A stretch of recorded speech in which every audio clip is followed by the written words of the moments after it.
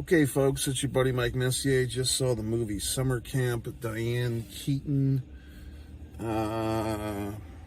Kathy Bates, and Woodward. Am I saying her name right?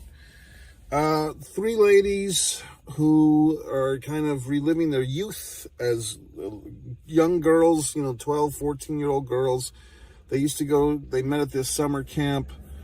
And they're kind of rebooting their youth. Kathy Bates, her character, Ginny Moon, formerly Jennifer Moskowitz, has become like a self-help guru, and she initiates this reunion with her friends and so forth. Should you see the movie? Should you not? It's a harmless movie.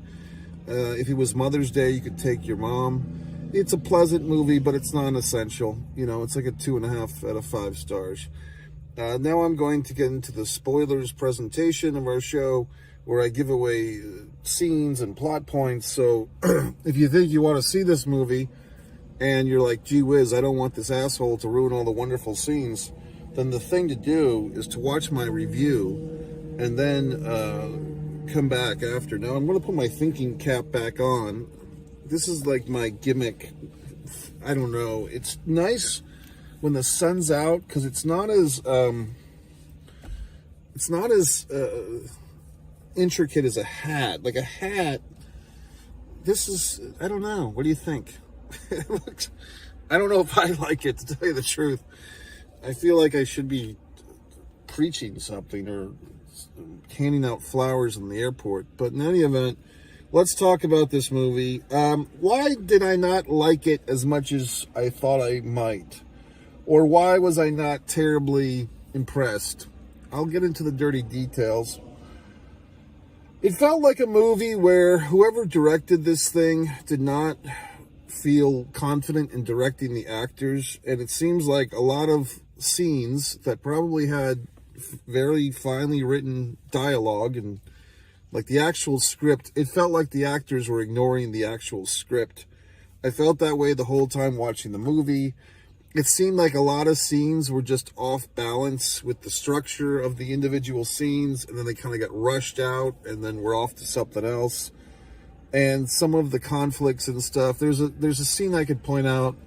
Eugene Levy's character, Eugene Levy, kind of going against type. Suddenly he's the Richard Gere of this world in this movie. But Eugene Levy is giving a lecture to the Diane Keaton character about not being a workaholic, and how, he once had a heart attack and he woke up and he was all alone in the hospital bed, and he realized he should retire and with all his money and just, enjoy life and hang out with his son and all this horse shit. And while he's giving this whole big, long speech, Diane Keaton is just, like she's kind of stepping on his fucking lines with her yas and huns and and she's really kind of, in my opinion, as great an actress as Diane Keaton is, okay, but this is not a great scene for her, because it looks like she's trying to steal the fucking moment from Eugene Levy, I'm telling you. So as experienced as these actors are, as great as they fucking are, you still have to direct them, okay? You can't let these movie stars, whoever the fuck directed this thing, probably some big goddamn director, but you can't just let the movie stars crush you and do whatever they want. And then, so that scene, it was just like, Diane, shh, let Levy speak, okay? Then the end credits of the movie come, and this is a sign of hackdom, in my opinion, and I hate when movies do this. And a lot of times you see this with, like, things, if you've ever been to a 48-hour film festival or some type of independent movie or low-budget, skit movie or whatever the fuck, let's put our bloopers at the end credits. We'll have the scrolling end credits, and here's our bloopers scene. So whenever I see these movies that have the bloopers, to me, it's like you're basically admitting defeat. Hey, fine movie audience, we didn't give you enough movie. We didn't really satisfy your need for a good movie here. So here's a serving of shit. Here's a serving of dog shit scenes and outtakes and bloopers and things that didn't make the movie cut. But because we don't think we really made that great of a movie, we have to give you the blooper reel at the end. so it's a make good, and it's just dumb. So to me, it's a cop out. It's a horse shit move. It's a hack move. And here it is in this big time, movie. What else can I say? I'll be honest, just as a funny aside, okay? The most shocking revelation for me at this movie when it ended was I was like, oh, that wasn't Viola Davis. The whole time I thought I was watching Viola Davis, and I was like, when did Viola Davis get into the senior citizen lane of this movie making industry? Because she's been such a wonderful actress, isn't she like, what's that thing, a GOTA or a GETA, whatever the fuck, when you have like Grammy, Oscar, Tony, and what's the other one, Emmy? So I think she's one of those, good for her. And but it wasn't Viola Davis, it was Onfrey Woodard, which is Onfrey Woodard, if you don't know, she really was like one of those top 90s actresses. I think she was in the movie Grand Canyon ever so long ago. Nice movie, Kevin Kline, Steve Martin. This she's here, but I don't know. The whole point of the movie, or there's a few, but basically this Kathy Bates character is like a year or two older than the other ones, and she's always kind of dominated, like she's always been the dominant friend. So even, 40 years on into their friendship, she's still kind of dominating them. She doesn't approve of Onfrey Woodard's character's husband, which was an interesting conflict, which I think that ended on a hanging Chad. I think that the conflict, because one of the B stories here is Onfrey Woodard going to leave her piece of shit husband who just watches TV and doesn't care about her needs? Is she going to leave him for the smooth guy from the Allstate commercials? I think he was on the show 24. I never know his name, but just like the big tall guy. And, and so she's got her, fucking panties moist for him, but is she going to leave her piece of crap husband for him? Well, we never find out, because the movie just kind of ends, and that's just a hanging Chad. You know what I mean? That's another thing. When you have these movies that, like, okay, that seemed like a pretty big storyline. What happens with Onfrey and her fucking husband? Is she going to leave him? Is she going to cheat on him with this dude, the smooth operator? What is happening here? But we don't find out. We don't get to find out. Also, I don't know. There was a pretty good little dramatic scene with the Kathy Bates character kind of lights in, or talks some smack to this poor kid, like this 25 or 30-year-old kid who works at the camp, and she gives him a hard time, and then he says, "You hurt my feelings." And then she feels like shit. So it's like, okay, it would be nice to see like an apology scene, or how is she going to reconcile this? Like, she's supposed to be this self-help guru, and her mantra is get your shit straight, yet she's just hurt this poor young man's feelings. So she has this big epiphany that, maybe as a bully of everyone's lives, she's not that great of a person as she thought she was, and she has no husband and no kids. So, of course, that means she's empty inside. So, instead of, like, having a good moment where she reconciles with the camp kid, she just exposition, like the second to last scene in the movie, she's like, oh yeah, I hired him to be my social media manager. So that's how they taped up that. But they couldn't tape up what happened with Onfrey Woodard and the Allstate guy, which I think was more important, folks. What else? Like I said, a lot of these scenes, Diane Keaton was kind of like on a 12. You know what I mean? Like, look, Annie, she was the original. If you don't know the fucking movie Annie Hall, Diane Keaton was like the original, what do they call that? The pixie dream girl, the manic pixie dream girl. You saw Natalie Portman in Garden State. That's a term that people use for like the whimsical chick with like a 1,000 piercings and earrings, and, and she's got insights, and yet, whatever the fuck. So, Diane Keaton was kind of like the original that, okay? And all she did was like wear hats and men's sport coats. But now, we've kind of seen her do this now for a long time, where she's played, I think going back to 1999, she was in this movie, As Good as It Gets, with Jack Nicholson, and she was playing the mother of another character. I think by the actress, at the time she was a big deal, and she kind of, Amanda Peet, whatever the fuck happened to Amanda Peet? Like, Amanda Peet was like a big deal for like 5 years, and now where the hell is she? She's probably on some Netflix series that I don't watch that you do. So hashtag Amanda Peet, where did you go? You know, back in the 90s.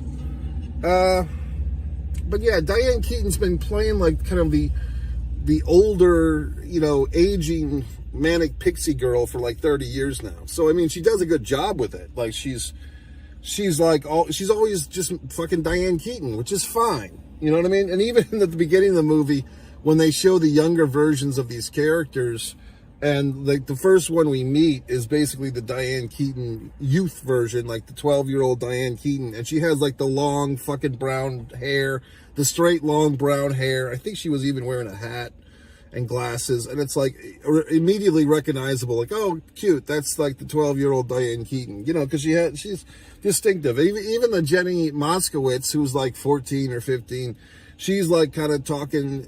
The actress did a good job of kind of like emulating a Kathy Bates accent, like a kind of a, I don't know, is it New Jersey or Indiana or some such thing? Like Kathy Bates has this kind of distinctive kind of Southern voice, kind of not, and this young actress did a nice job emulating that. I did feel like the Onfrey Woodard character kind of got lost in the sauce. Also, there was another group of women, which I think they could have done more with. They called them, in their youth, their childhood, they called them the Pretty Committee. And they're kind of like the rivals to these three, which whatever they... See, they didn't even have like a group name. You know what I mean? Unless I'm forgetting something. I don't think these three characters, they kept saying, we're friends.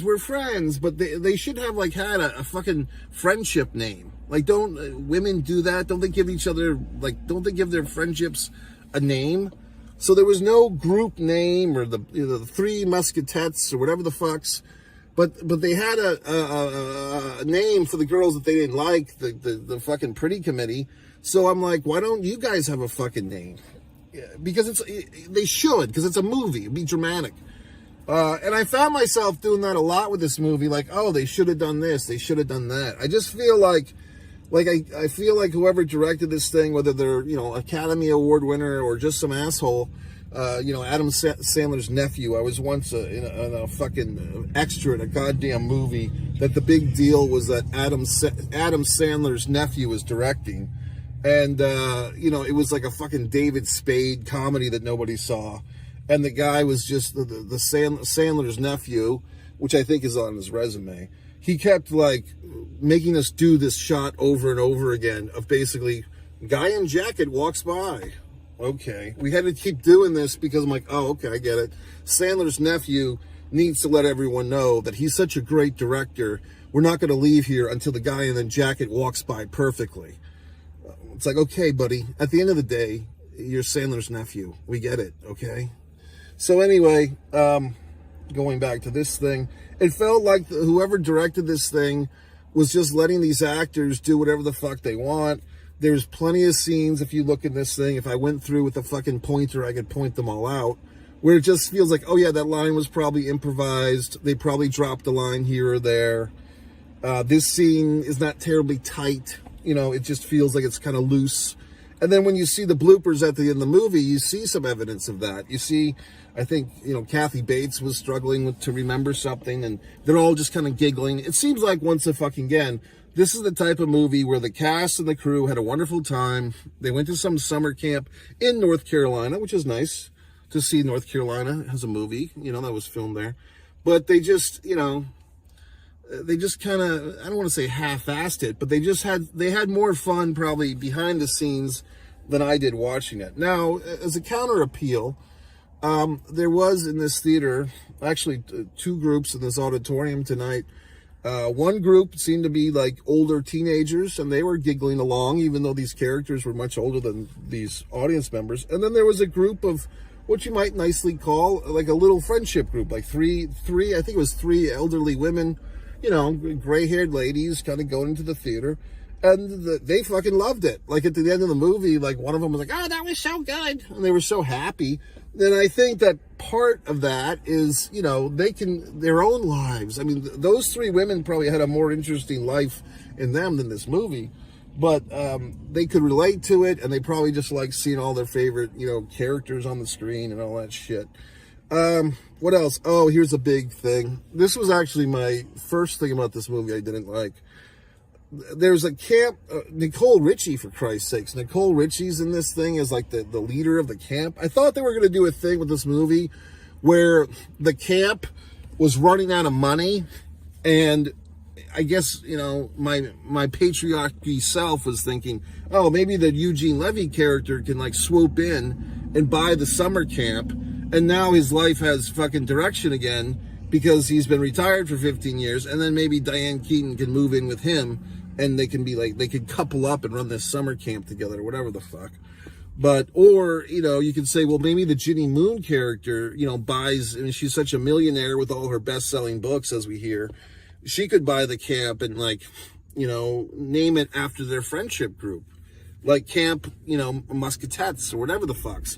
But they didn't establish the female friends having a fucking name, and they didn't have, the camp was not in peril. And I'm like, why isn't the camp in peril? Every time you see a summer camp, the camp has to be in peril of going out of business. That's the whole point, because somebody has to save it. But no, we're just talking about relationships in this one. We never find out, I believe the character was Tommy that the Allstate guy played, and Humphrey Woodard's character, because as children they were kind of like flirting and checking each other out and all this horse shit. And the Diane Keaton character accidentally shot a fucking arrow to this kid when he was 12. And then the Humphrey Woodard character, like, you know, glued him up with super glue. That's cute. We never saw that little romantic moment when they were kids. And we never find out, well, why didn't you two just pair off? Like, they should have had, like, one of those little expository scenes of dialogue. Why didn't it work out between us? Well, you were moving to the West Coast, and I was staying here on the East Coast. Just some horse shit. It's not that fucking hard. Fill in some gaps, assholes. You know what I mean? It's like if Humphrey Woodard was always supposed to be with Tommy, this stud, and she settled for, the character's name is Mike, her husband. She settled for Mike, the asshole. Why don't we know this? You know what I mean? Did she get pregnant and with Mike's baby? She wasn't expecting to, and blah, blah, blah. Did they have a fight? You know, did their families move in different directions? What happened? That this wonderful chemistry between the Allstate guy and Humphrey Woodard, not Viola Davis, why don't we know why they didn't work out? We should, because it's a movie and we're paying our money to get our dramatic payoffs here. So, I mean, like I said, it's just, you had all these elements in place. You had this wonderful cast. You had all this built-up history between the audience, me, and the characters, the actors, all these things that we've earned, yet we're not sticking the landing here, okay? So, like I said, and I just do feel that the screenplay, which I don't even have in my hand, I just felt like they probably didn't do a lot of the script. Like, they just fucking went on set, everyone was laughing and having so much fun, and the actors didn't really memorize these scenes, and so they probably just kind of, you know, did like 60 or 70% of the dialogue and thought that was good enough, and the director's like, oh, great, whatever they do is fantastic, because the director was probably intimidated by the talent and didn't really want to direct them. In other words, was intimidated to tell them to do another take or to help them get their lines down, because I'm telling you, I mean, maybe I'm giving the goddamn script too much credit. Maybe the script sucks too. Who knows? You know what I mean? But it just felt like there was some loose nuts in this thing. Like, just, it felt like a rough draft, like a 4-track instead of a finely mastered master tape, okay? So that's my grievance and so forth. We don't find out what happens with Humphrey Woodard.